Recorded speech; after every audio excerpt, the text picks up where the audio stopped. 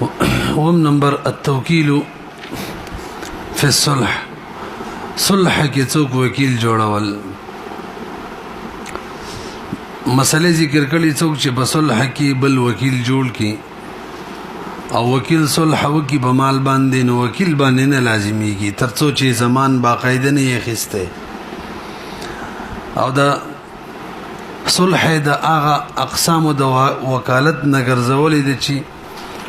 د حقوق رجعه پکې موکل ته کیږي په اعلان دي تشریح لیکلي خجی چې دا صرف صلح عن دم العمد کرا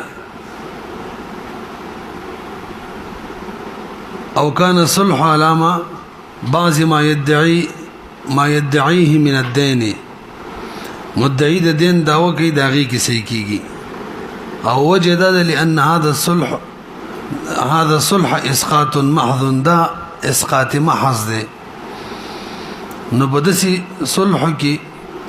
پدې زینو کې وکیل چې دا سفیر او معبر وي زمان به ناراضي تاسو په خبره پوه نه شوي مونږ ویل یو سړی بل په صلح باندې وکیل جوړ کو نو وکیل باندې حقوق د صلح کمی پیسې مې په صلح کې لازميږي په وکیل نه لازميږي هغه ډایرکټ په وکیل باندې لازميږي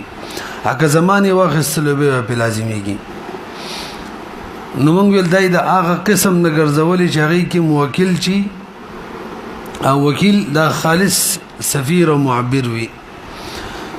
خدا به علی چې کله صلح د عمد نه یا د غشن صلح على بعض ما يدعيه من الدين مدعي د دین دا وکي او به مدعي د طرفه د بعض دین باندې صلح وکي نو په دغه صورت کې د منو منګه چې دا سفیر محض دی ولذا اسقاط ده اسقاط محض کی سفیر چی هغه صرف او صرف معبر وي اما اذا كان صلح عن مال بمال کوسي صلح کوله د مال دا وشوي و د دین نه د مال دا وشوي او په مال صلح کوله نه به موږ ویلو دا بیا ده زین کوم دي کنه او یا یو صورت کې د منافع ولا کې اجاره ده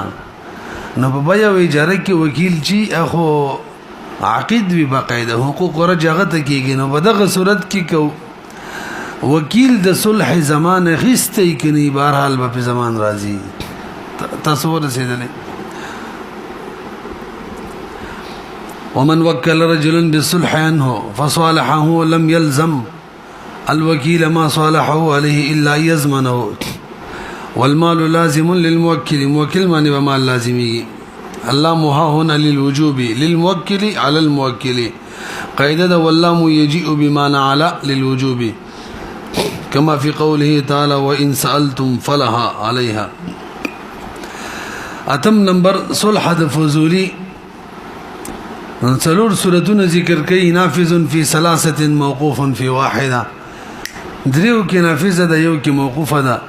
نو اوري یو سړی د بل لپاره دغه د اجازه نه غیر صلح وکي اسب او اسد لانجه ده زده اسب د طرف اسد الله سره صلح کوما درته نه دی ویلي نو مجموعي تور څلور سورتونه جوړيږي هغه کې اول سورت ده چې زه اسد الله سره د اسب د طرف صلح وکم او د مال باقاعده زمان واخلم چې زمان په ما نو دا صلح جایز ده او زمان به هم په ما باندې واجب شي دویم صورت دا ده اضافه العوض الى مال نفسه د اسد الله سره اسب د پر صلح وکم او زمان ونخلم د مال البته لاس بلاس عوض ورکم د صلح د درواله خپل مال نه اچھا جی به وری اسد الله سره صلح وکم زمان و نخلم خو صلح کې پیسې ورکول دي دغه نسبت خپل پیسو ته وکم هو بدی روپو باندې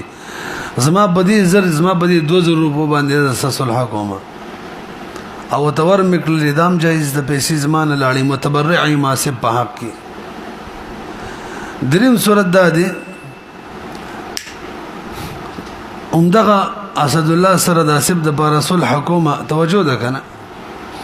زمان و نخلم د پیسو اول صورت نه دی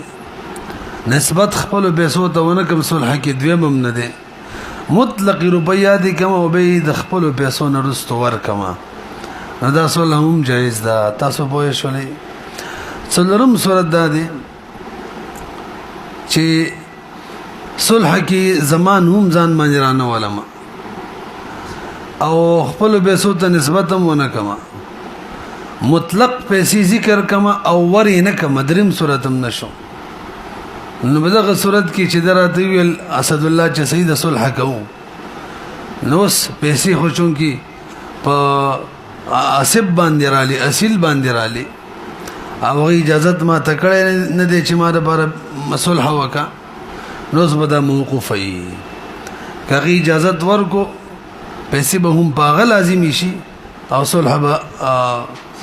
صحیح شي او کاغه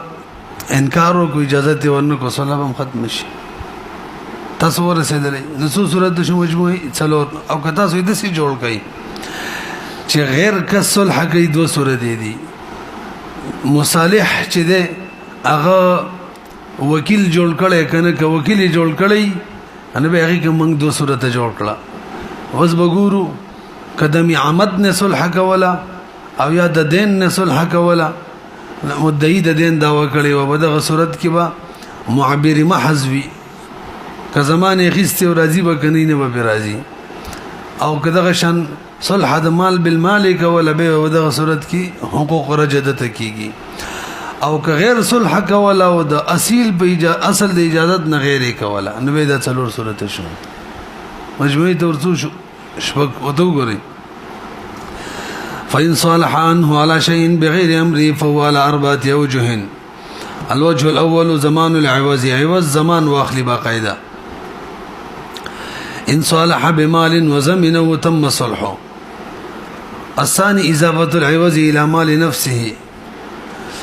زمان ني يخسته خپل مال ته نسبت کړي وكذلك لو قال صالحتك على ألفي هذه ألفي ولو زمان ذروبين أول عبدي هذا تم الصلح ولي لاني لكلي لأنه لما أضافه إلى مال نفسه فقد التزم تسليمه ولزمه تسليمه إليه وصبه تسبارك وجه ثالثا الصلح على مال مطلق وتسليم العوض مطلق مال بني كلي خد عوض وصباري وكذلك لو قال صالحتك على ألف وسلمها إليه دلت وزد تسليم چلے يوجب سلام العوض له فيتم العقد أو سلرما هذا وجه رابع وإن قال صالحتك على ألف عنوان بيسوي الصلح على مال مطلق وعدم تسليم العوض وإن قال صالحتك على ألف ولم يسلمها إليه فالعقد موقوف فإن أجازه المدعي عليه وإن أجازه المدعى عليه جازا ولزمه الألف وإن لم يجزه بطلا إجازة ورنكو باطل بوي كي إجازة وركو نافذ بوي او كم وقت کې عقد کړي او مغه ته منسوب وي ما اسد الله سره په یک تاریخ باندې عقد کړي او په 10 تاریخ باندې ته بدولګه د اجازه ورکو اسبتا د یک تاریخ نه بسوي دا د استناد یو مسله ده الاصل ان الاجازه اللاحقه كالوكاله السابقه اصل دار امام کرخی امام کرخی رحمه الله ذکر کړی دی اصول هدايه کوم دی بلکې هدايه کی ذکر دی چې اجازه لاحقه چی رسنه اجازه داد سی لکه وکالت سابقه مخ کی وکیل جوړ کړي او وکیل چې کم کار وکي خو نافذي اجازه نه پس نافذي همدغه شان الاصل ان الاجازه تصح ثم تستند الى وقت العقد اول سے کیږي او به استناد کیږي وقت د عقد دا 2123 نمبر اصل د امام کرخی رحمه الله منس کې بل هم د دې مضمون والا دی 22 نمبر حجي مخکې راځي فإن جازه المدعى عليه جاز ولزم الألف وإن لم يجز داهم ویلو 9 نمبر عنوان تحصيل واحد الشريكين دينه بأحد وجوه ثلاثة الصلح الاستيفاء الشراء دو کسان دی بچا باندې دین مشترک دی یو پکې خپل حق اصول کی بطور صلح یو بطور استیفاء دوا بطور شراء درې صورت جوړيږي راځي اول د دین مشترک تعریف کو دین مشترک چاته ویل کیږي ضابطی طرز باندې لاندې ذکر کړي ان الدین المشترک بین اثنين اذا كان بسبب واحد د دوو کسانو ترمنځ دین مشترک علی چې د یو سبب نوي لکه زمو د دې آصف شریک مالو او په دغه سید باندې مرخص کو سید الله باندې په 100 روپۍ نو 100 روپۍ باغه پوری دي دین د زمو د شریک دین دی رسې په دې مثال شو کا نبی سبب واحد شریک شم خرڅ کړي د مبي سمن بس بیا چې دا بیا دا سبب واحد شو زمو د ترمنځ شوی بیا وخت کا یو ایجاب او قبول باندې د سی وای كانوا بيوري أن الدين المشترك بين اثنين إذا كان بسبب واحد وزدي حكم سري فمتى قبض أحدهما شيئا منه فإن المقبوض من النسيبين جميعا فلصاحبه يشاركه في المقبوض الذي حكم الدين المشترك حكم داده چيو څومره حصہ حاصل اصولي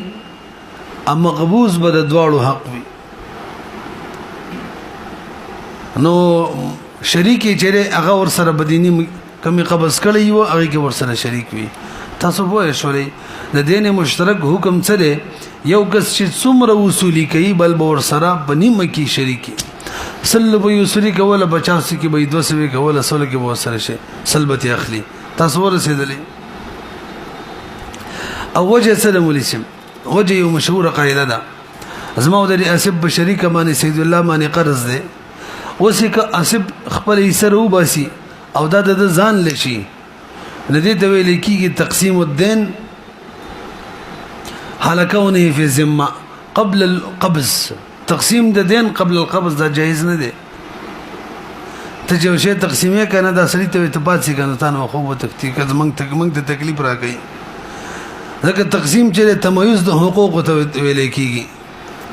او دا چې کوم شی په ذمه نه حاصلېږي مزه در نکړه کنه دین مشترک تعریف خوزده شو حکم ازده شو یو چې څومره وصولی کوي بل ور سره بنیمه کې شریک وي په دې بوه شو او سوال دا دی چې لکه ولی چې وصولی کوي بل ور سره نیمه کې شریک وي ځکه که یو وصولی وکي او بل شریک نشي دی خو دین تقسیم کو قبل القبضه دا عنوان هم دی او دین داسې شی تقسیم کو چې مافزه مدبل بزمه پوري دی او دا تقسیم ټیک نه دی ولی تقسیم چې تمایز د حقوق ته ویل کیږي او دا چې د چا په ذمه باندې او د نور دوی تقسیمې نشي کوله ولی نشي کوله اچھا جی ځکه د چا په ذمه چې څه پوری کنه ترڅو هغه تعالی نه درکړي ترغی استا دینا نه ته پردیش حقیقت کې تقسیمي اب خلونه رسیدلې ځکه دا دین چې مولي سي د دې تعریف دار چې دا بل امثال ودا کیږي په مثال باندې او مثال چې د من قضا په تعریف کې ویلو دا د سړي خپلي من عنده خپل طرفي نو څو د چا په ذمه کې د چا په ذمه چې دی هغه چې ادا کوي په مثال کوي یعنی دا خپل شی دی اوس دوه کسانو مشترک ذمه ده نو یو تخپل یسو وسولې نو دی وی تقسیمې پر دې شي دا خو نه کیږي ابا الزما د جوړیږي کله چې مو د قبضه کوله برحال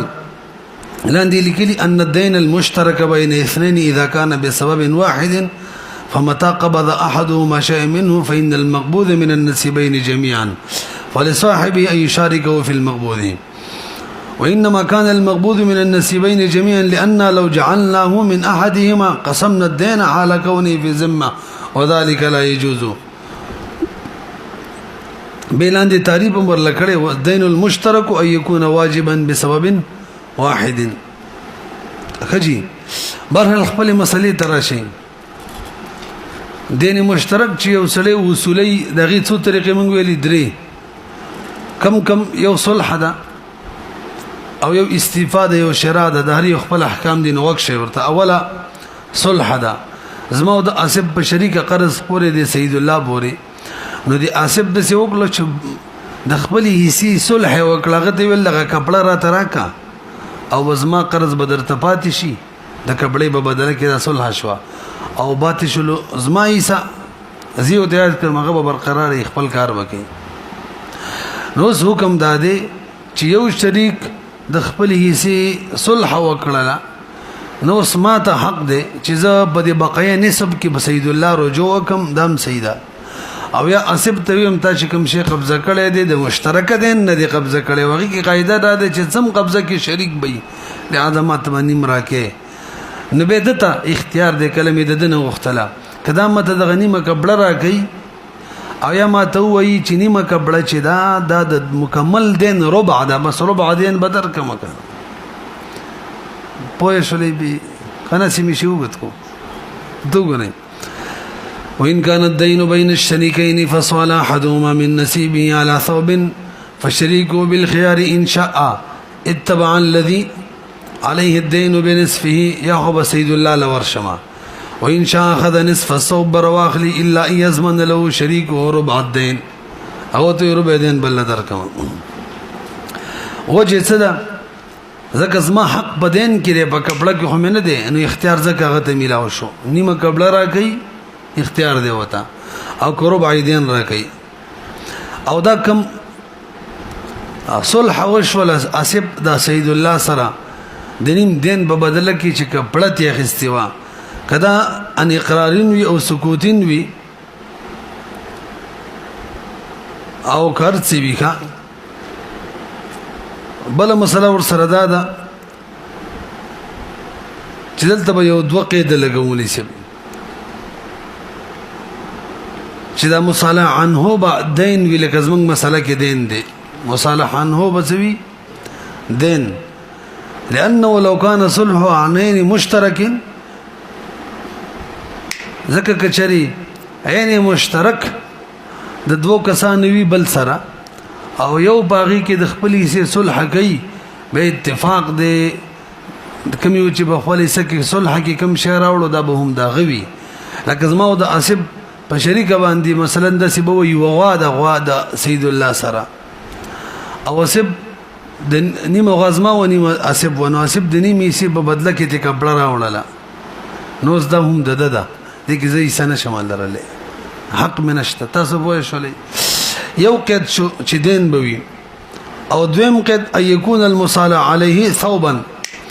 دا مصالح عليه چې دا مصالح عليه دا بکبړوي معنی دا چې د سید الله بزیمه چې کوم شی زما او د پورې دی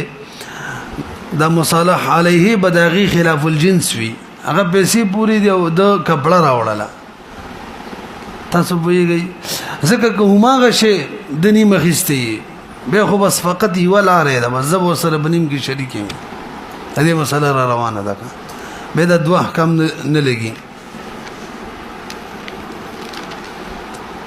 دویم استفاء نصف نصیبه من الدین دا مسله ده به زما د دین مشترک دی په سید الله اسب تخپل ای سقرز رواخستل الکه د زما غراکا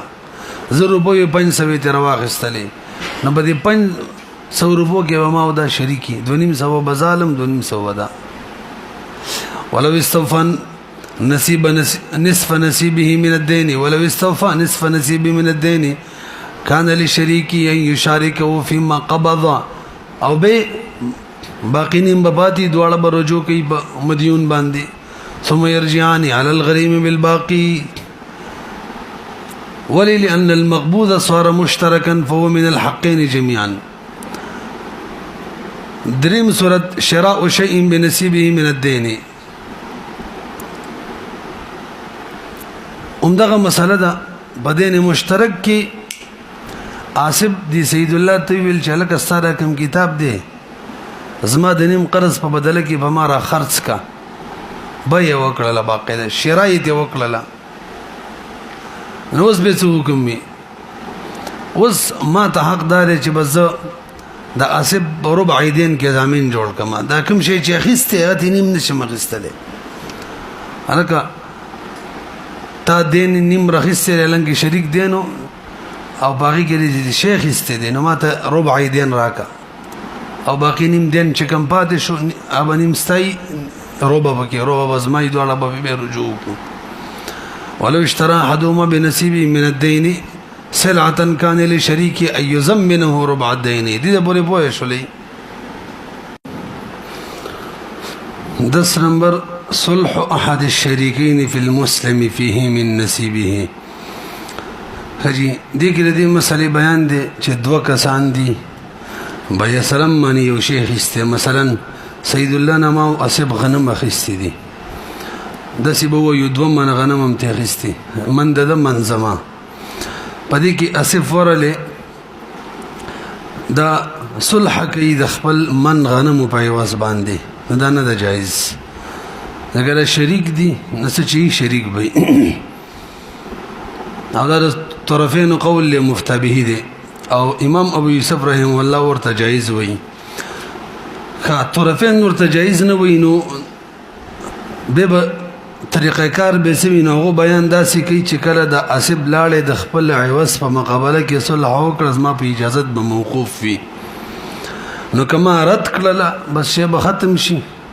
واپس به اسب کوم صلح کې کوم شیخ استه به تو واپس کی ما غشان به غنم د دواړو پوری پاتې شي ورسېدلې به او که جایز مې کړله ما ول ز سیدا نو به د چې کوم شی رخصته دی ګوره د اصولي د دینې کړی دا به تو رسول هغه مخکنی مسله کې ول صورتو نو نصف راس المال بینهما بشي نو نصف راس المال دواړو ترمنځ وایي دسی وایو رأس المال د دواړو منځ شریکو نه کوم چې د وصول کړي یا باز موده د ترمنځ شریک شي امام یوسف رحم الله وی صلح جایز ده او ما ته نصف رأس المال ملاو شي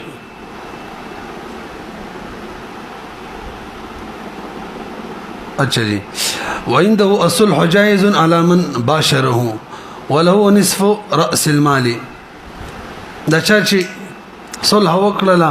هغه د خپل رأس المال نیم واپس ملاو شي او به چې ما ته اختیار دی ان شاء شارکه فيما قبض د چې کوم قبضه کړی کې وس شریک شم او باقی کې په هغه باندې رجوع به وکړو و ان شاء سلم له ما قبض او یادا چې د تم تا کوم شی اصولي کړی هغه ستاسو شولا او زه خپل مسلم الیه ته ورشم خپل به به والا وته ګورئ وإن كان السلم بين الشريكين فصال أحدهما من نصيبه على رأس المال لم يجوز عند أبي حنيفة ومحمد رحمه الله هم دا مفتى به رايدا القول الصواب كذي وقال ابن يوسف رحمه الله يجوز الصلح اعتبارا بصائر الديون دا ما قرضون فشاني غني 11 نمبر مسألة التخارج على 4 أوجه تخارج ولا مساله د څلور صورتونو ول ذکر کوي تاسو ته وښه شي تخارج خو مونږ ویلو کنه سراجي کې یو سړی د تقسیم میراث مخ کې سور کې او هغه د مینز نوزي باقي ورثه خپل مینز کې به میراث تقسیمي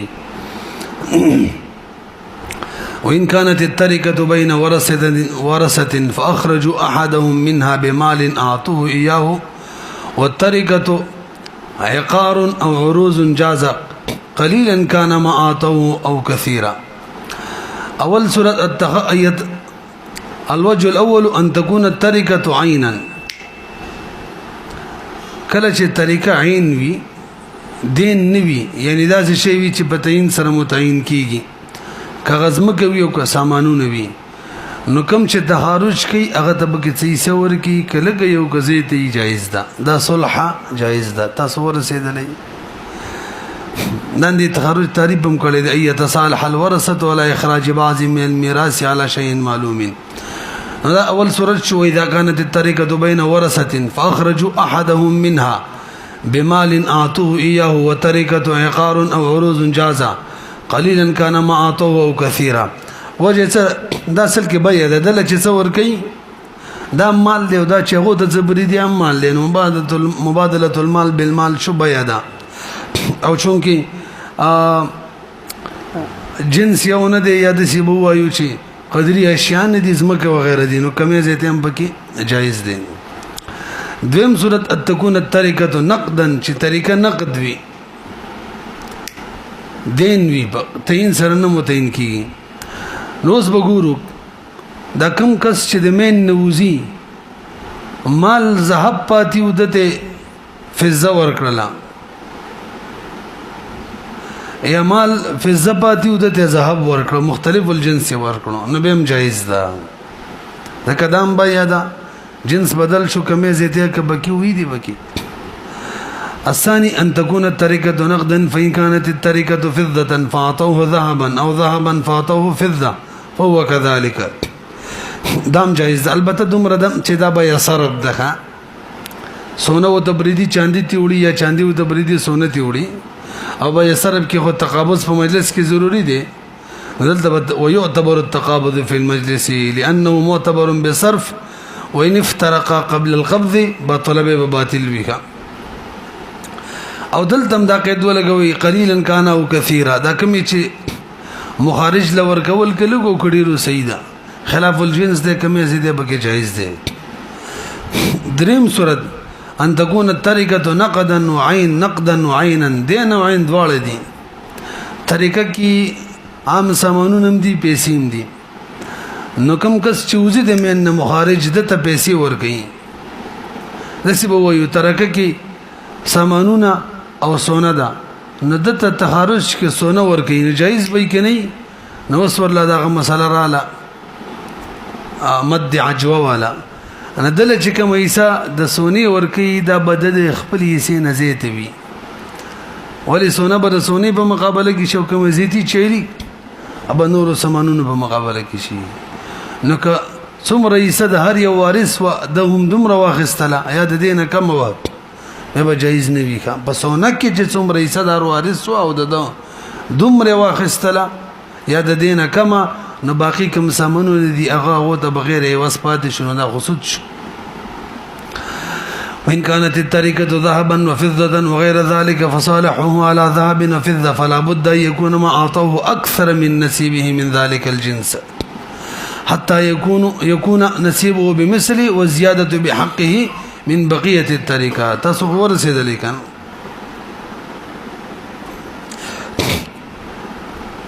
خجين